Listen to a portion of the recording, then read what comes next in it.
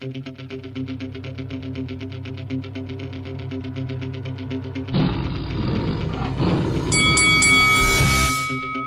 Ricky the Hitman Hatton, and you're watching Lights Out. This is Faisal Khan for Lights Out, and with me via Zoom, delighted to be joined by the former British and European heavyweight champion, Mr. Michael Sprott. Michael, good evening to you. How are you doing, mate? Everything's good, man. How you keeping?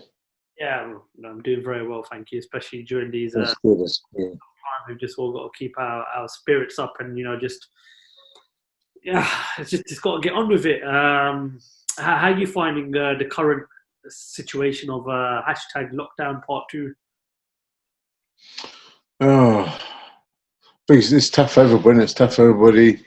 Obviously, businesses are a lot of businesses are probably going to go down from it now. So, yeah, it's just, you just got to try and stay motivated and just do the best you can for the next 4 weeks, 4+ weeks.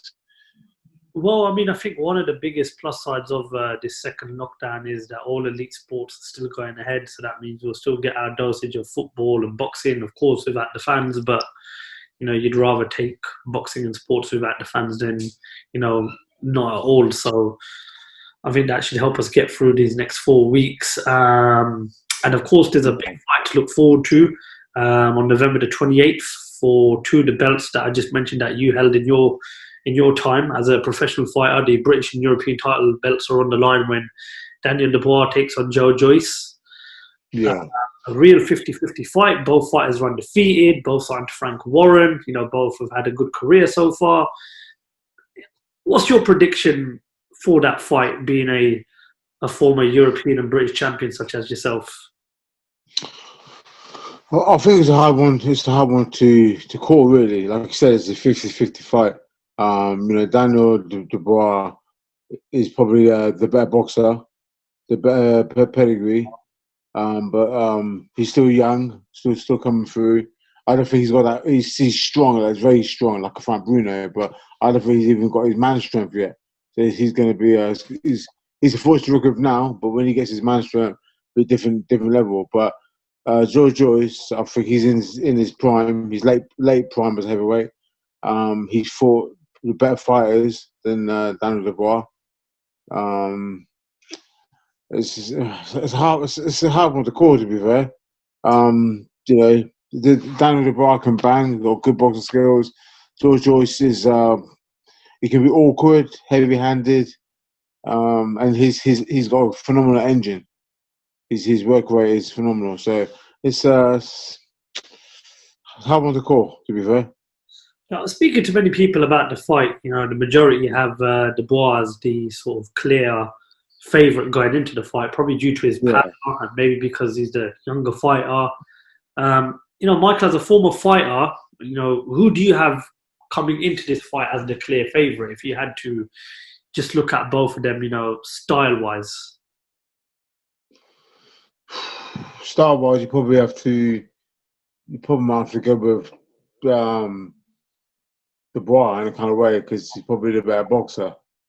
But at the same time, Georgia is awkward. He could prove to be too much. For he's like I said, he's heavy-handed. He's awkward. He's got a phenomenal engine. But we see because I don't think Daniel Dubois has been properly tested yet. I don't think someone apart from who's the African guy with the red beard. Huh? Richard Lartey.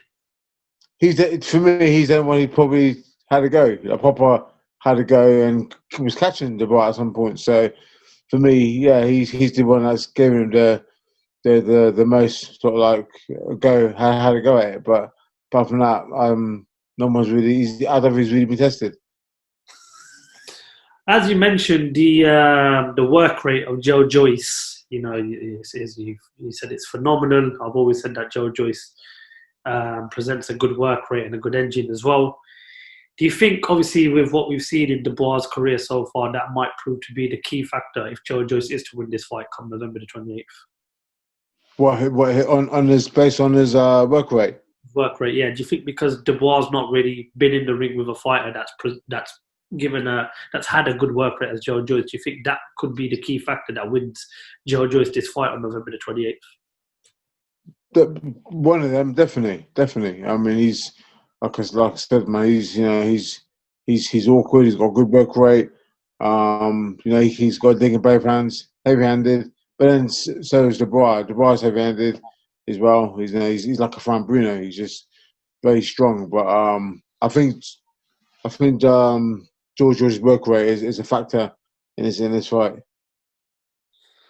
And a week later, the current WBC Ring Magazine and lineal heavyweight champion returns to the UK. Tyson Fury will defend his world title, I believe it's at the Royal Albert Hall, and the number one choice is the undefeated Aji Kabayel.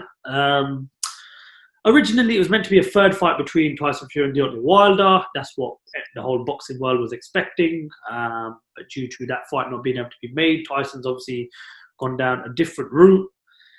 We've also Deontay Wilder released a video on social media over a week ago, throwing accusations towards Tyson Fury and, of course, his former trainer, Mark Breland.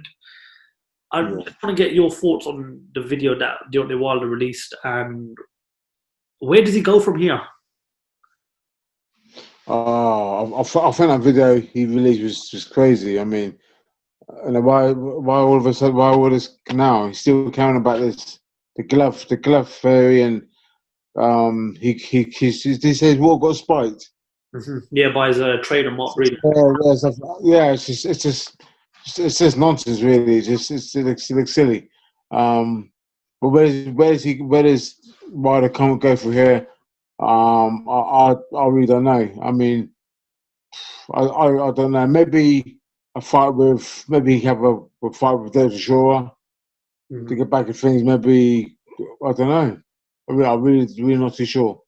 Maybe Andy Ruiz maybe is a good fight for him to come back. But he's been quiet for a while. It's only now he's coming out making noise. So I'm really not sure. I mean, it's down to him and his team.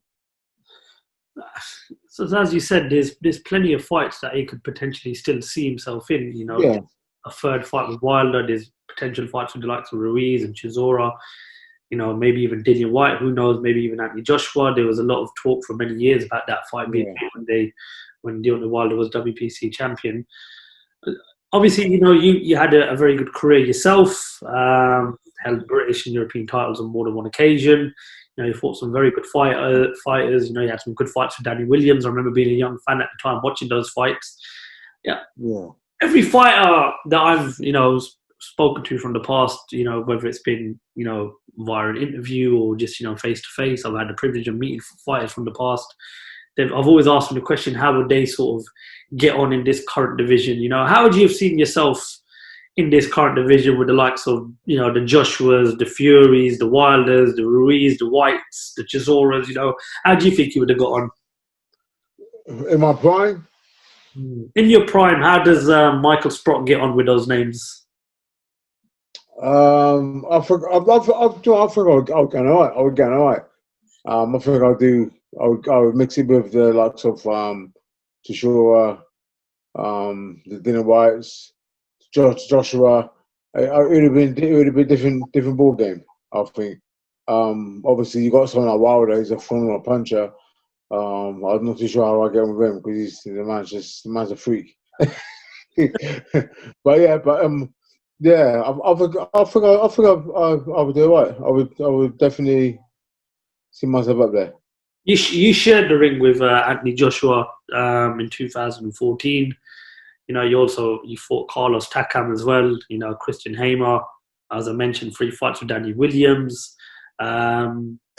You're looking back on your career. Are you overall happy with what you achieved, or would you say that you could have potentially have seen yourself move on to another level? I would have seen myself moving on from that level. I thought definitely. I was just depends on the situation. As a boxer, I was a very loyal guy to my trainers.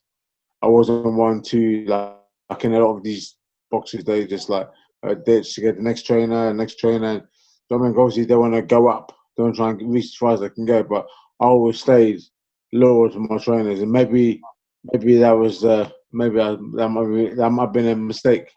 But yeah, I thought I made the right decisions at the time. So yeah, I was a very loyal guy. So maybe if I changed a few things, I might have got further than what I achieved. But saying that, I did achieve a lot. I achieved a lot. Just a world title. I never got. I fought for world title eliminator against my skeletons, and that was bad performance from both of us. And he got the nod, so he fought for the world title. Yeah. As I said, you was in the ring with some, I forgot to mention the likes of, Kubrat Pulev, Alexander Usnov, former world champion, Lamont Brewster. Those fights with Audley Harrison as well. Looking back on it, you had some big nights, some big fights as well, especially domestic wise. And then you look at the current scene. There's good young up and coming heavyweights coming up as well. You're very experienced.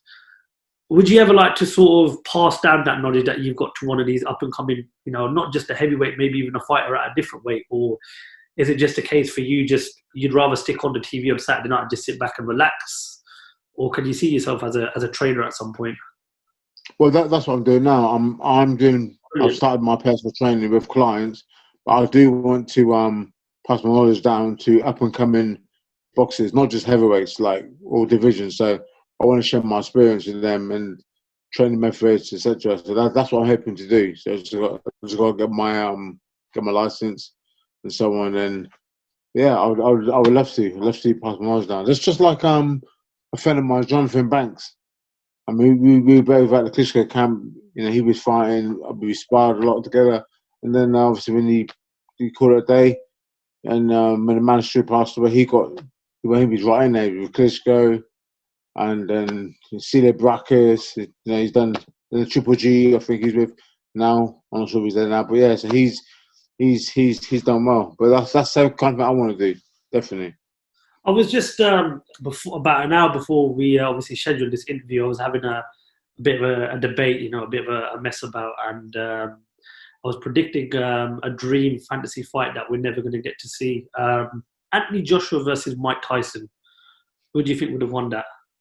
I'm just asking you because you're a former professional heavyweight. You've been in the game, so I might as well just ask this another question. Anthony Joshua versus Mike Tyson, both in their prime. Oh, has anyone winning there? That's Mike. How does Mike Tyson beat Anthony? For me, Mike Tyson beats them all. All of them in his prime. Does all of them. He's phenomenal. What type of a fight do you think that fight with Roy Jones Jr. will be like in a couple of weeks? Some people are saying it's going to be just a small exhibition. Some people are saying that Mike Tyson is going to rip his head off. Some people are saying that Roy Jones Jr., due to the fact that he fought 2 years ago, is going to be the reason why he beats Mike Tyson. What do you think we're going to get? I think we're going to get a proper fight, real fight. They said in the press conference, Tyson saying people were saying it's a charity match and it's not going to be a real fight. He can limited this now. They're giving him 12 ounce gloves. He said it's a real fight. He said a proper fight. He's going for Roy Jones, and Roy Jones is going for him. But yeah, Tyson's been at the ring a long time. When was Roy Jones' last fight? 2 years ago. Mm-hmm. Yeah, so So it's not too bad for him because it's just 2 years. But Tyson's been out of the ring. I forgot how long he's been out of the ring now. How long is he? 2005 was that fight. His last fight, I believe.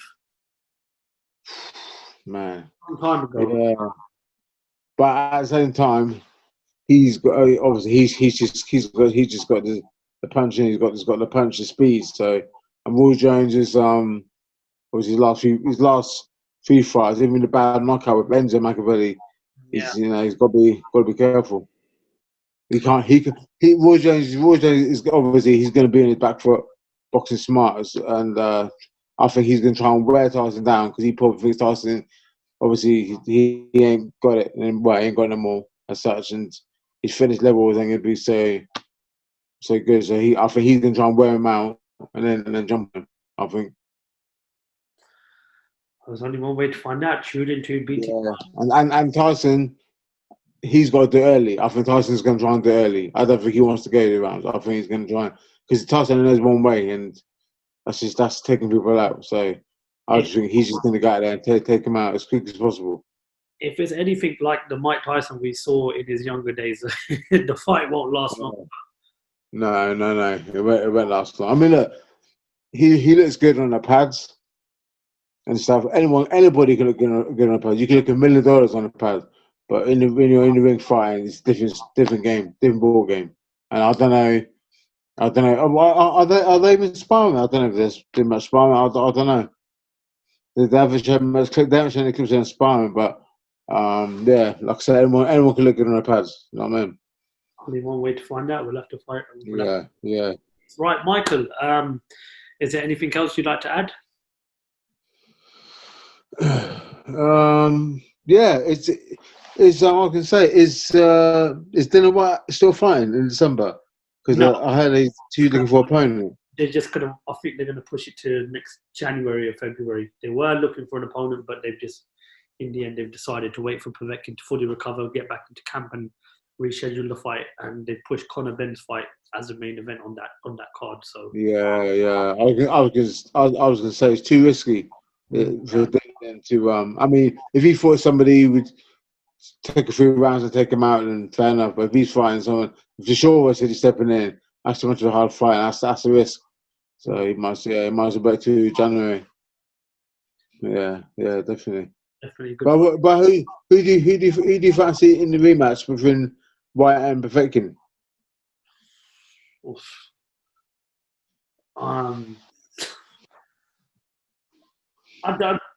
Obviously, I try to not give my opinion, but I do think Dillian Whyte will win the rematch. But listen, Povetkin, he's a veteran, and he's a fighter that just seems to get better with age. So it's a 50-50 fight. But I am backing Dillian Whyte to win it. But obviously, Yeah. Same here. I think this time he does it, but yeah, he's got to be careful. I just hope tonight. I thought the first fight was good.